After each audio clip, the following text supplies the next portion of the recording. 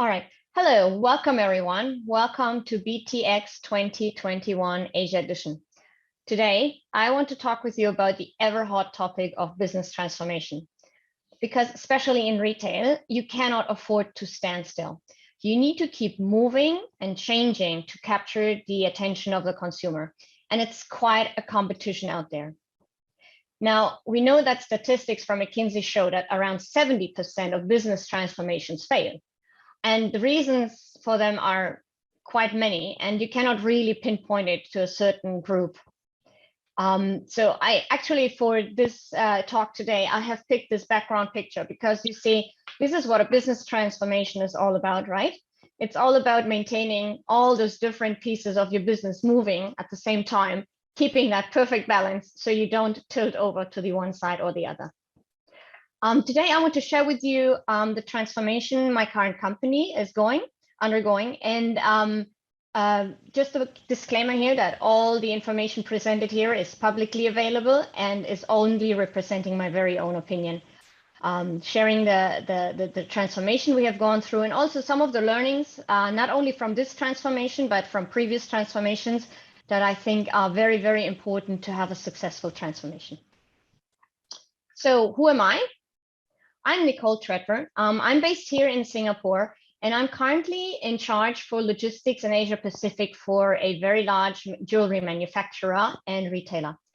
I bring with me 18 years of experience in supply chain across 4 continents, that's 7 countries so far, traveled many more, and all the way from Costa Rica to Northeast China. And I speak 3 languages fluently, and I'm still hoping that at one point I can, at least some basic Mandarin can be added to that list. So let's talk about transformation, business transformation, because it's a big topic. And the question is always, what are you trying to transform? What parts of your business do need transformation? And how should you go about this, right? So in the current case, in my current company, we've had a transformation going on, and it's been quite accelerated, as you can imagine, some parts of it thanks to COVID. Some of them have been planned, and some of them we just had to implement rather swiftly. So if you are familiar with the brand, I'm sure you are aware about our current transformation. It's one of the largest transformations in our 125-year-old history. So we have been revamping our jewelry to a new composition of statement pieces, and at the same time, playful. At the same time, craftsmanship, at the same time, even more quality into it. And what we want to do with this is we want to broaden our positioning in the market, because we want our consumer to be able to express themselves in the most varied way possible. We have reshaped our designs and the product portfolio, because we're moving into an attainable luxury segment. So now we're manufacturing all our crystals by yourself. We've always done that, right? So we had quite a steep learning curve because we have bigger, bolder cuts. We have different size and shapes, and we've had to adapt our manufacturing to cater to this different range. We've also have started transforming our stores, and I think this is also a very visible part of our new positioning. We've stepped away from the store as a dedicated point of sales into providing a more consumer-focused retail experience. We're offering brand immersion. We are enabling the consumer to interact with our brand and with our history and with our designs in the store. And then we're trying to shift that into the attainable luxury segment. So you've seen we're having a very strong push into repositioning our brand into the segment. Now, hand in hand with this, we are developing our omni-channel capabilities. Now, omni-channel and capabilities are a very, very broad subject, and you may have listened to one or other of my talks on the subject because it's very broad, right? So in our case, we are now focusing on giving the consumer the options on where they wish their items to be delivered to, right? Whether it be an in-store order and a to-store order. We are engaging with the consumer across the different social media platforms in a much more direct way. And we give them the opportunity to engage with our products and at the same time also purchase our products through many, many different channels. And in order to support all of this, we've had, of course, to develop further our supply chain network. So we are redesigning our supply network, our distribution network, and that's already been underway for a couple of years.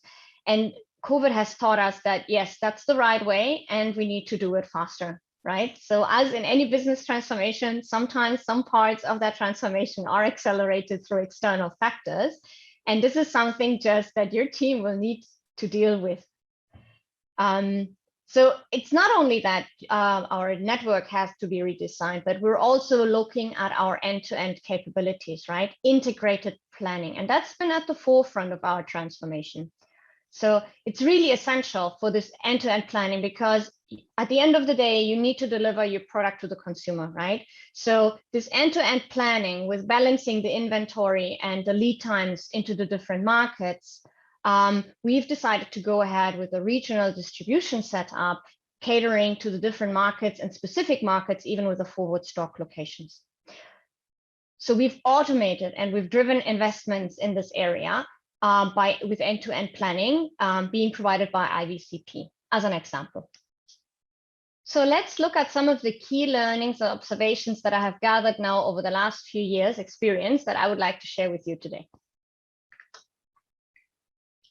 First of all, the area of focus. It is very tempting when you start preparing and formulating your vision and your business transformation to pull out any possible initiatives at different levels that you think are necessary to successfully achieve that business transformation. And I think that's quite risky because you have limited resources. And as a human, you can only focus on so many topics at the same time. So having a business transformation plan with a structured goal with no more than 3 to 5 initiatives simultaneously will, of course, stretch your workforce and it will take away the focus. Take as an example, YouTube. So when they were developing and starting to drive the business growth, they had one single goal, one single measurement of success. And no, it was not EBIT. It was watch time hours. So once they agreed on this one single goal, it was agreed and communicated, and the entire team from top to bottom was focusing on this one question.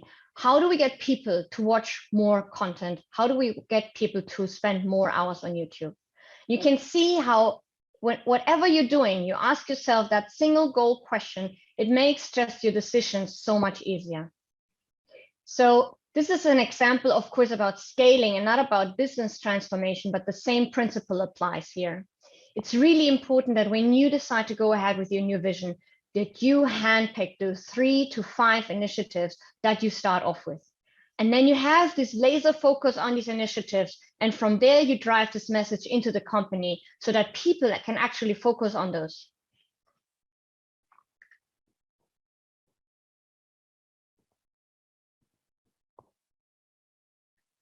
You have this laser focus on these initiatives, and from there you drive this message into the company so that people can focus on those topics.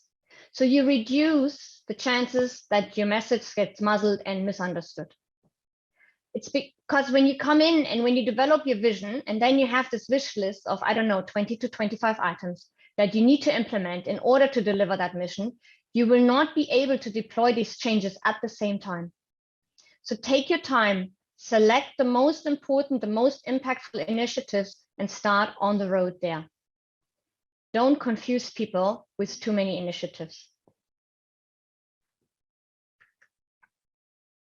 A next very important part of business transformation is collaboration. And this is both for external and internal collaboration. It could very well be that as part of your new strategy, some of your competition would become an external collaborator or a partner. So you need to look at and realistically think about who is in the current pool, who is in the market, and to develop your future vision and your relationships based on who you could potentially partner with. In the future, we will see many more of these partnerships coming up, and we need to learn to navigate these boundaries of the firm. There will be no clear line between your competition and your partner in the future, and it's going to be difficult to navigate this. But it's really important to shift our mindsets from this purely competitive view into the more progressive, collaborative mindset. And on the other side, you have the internal collaboration. And I think many of us have been in one or other company where, or we have firsthand experience where it's super, super difficult to talk across business units with your team. And this can really, really hobble your business transformation. If one of your business units, one of your arms is already executing on a strategy while the other one is still planning, the wheels will not work well together in this machine. And you can imagine how frustrating it can be when people are not developing at the same time the business transformation at the same speed. It's super, super important that instead of driving the messages up and down the different silos, you create the communication pathways across the company, across the different levels, right? And this is why, we have so many great tools. So it's important to pick the right tools to make that collaboration happen. We're still relying so much on emails and on spreadsheets and on PowerPoints to pass on information and to work together. So let's get updated and let's get upgraded. We need to shift and embrace the digital new world. There are synchronized tools, dashboards, platforms, online collaborations, task managers, data warehouses. If we want to bring the company into the 21st century, we need to educate our workforce to engage in this very different way. And this needs to be driven top down. So if you want your staff, your team to engage differently, you need to set the example. You need to shift your communication. You need to step away from the PPTs and use your dashboards and build on them and work with information real time across the globe. And this is really important because in the transformation, things will change and they will change rather quickly sometimes. So if you maintain or create silos, people will not start talking or they will even stop talking to each other. And you can imagine what that will do to the business transformation. It will just make it fail.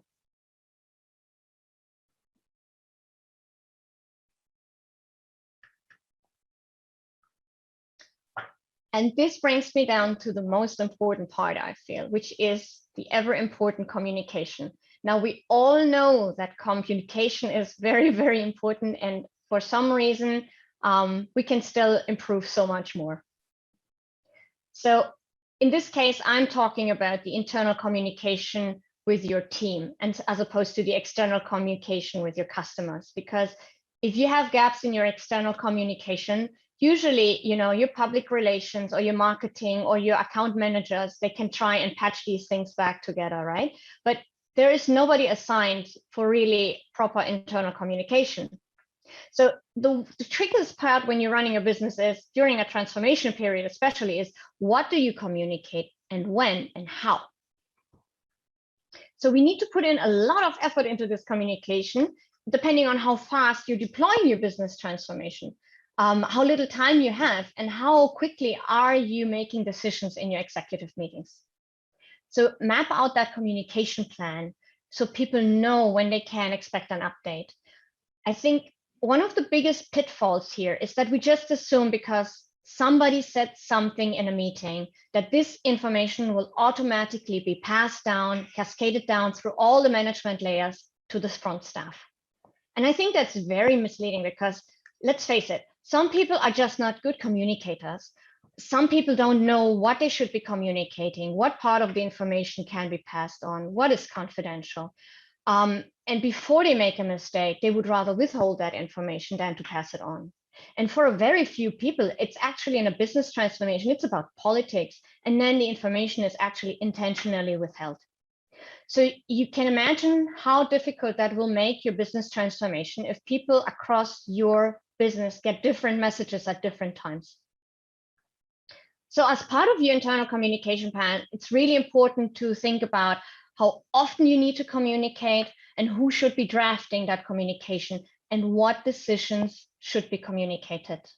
And have a clear communication structure, whatever suits your company style best or whatever communication platform you have. So Twitter-like internal networks where you as the chairperson, as the board member, or as the executive communicate in a regular, concise manner. If you're undergoing a business transformation, it may be that from week to week, informations and even decisions change, and your people will not know this and they will get confused. And these confusions, they tire people out. It takes away energy from them that they should be spending on the business transformation. So that's very frustrating. I'm sure you can imagine how frustrating that can be. So it's really important that when you do make decisions and changes about the company, that you communicate them into the network as quickly and as directly as possible. Having a town hall every 3 months is very, very useful in a stable business environment, or when you want to communicate business results or how the company is progressing. But in these days and times, and as quickly as things are changing these days, 3 months is too stretched out, especially in a transformation phase. So look at how your business is built and which communication platforms you have at your disposal and really start using them. You need to set up a regular update format in which you communicate from the top to the last person what is happening at your company, so people have that clarity and that transparency. And sometimes it will be not good news, and they need to be packaged well. But at least you're creating an environment of transparency that makes people feel like they're part of the transformation and they're not just being swept off in a wave and they don't know what's going to hit them next. Lastly, you need to give people a choice about how often they want to receive updates. Some people are very happy to receive a daily update about how things are going. Other people would prefer to have just a weekly summary. So you really also need to give people that choice of how and when they want to receive the updated information.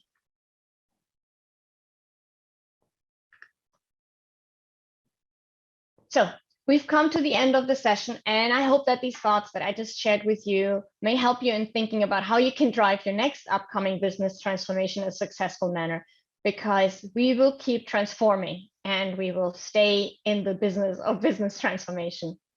And more importantly, how can you retain your most important talent?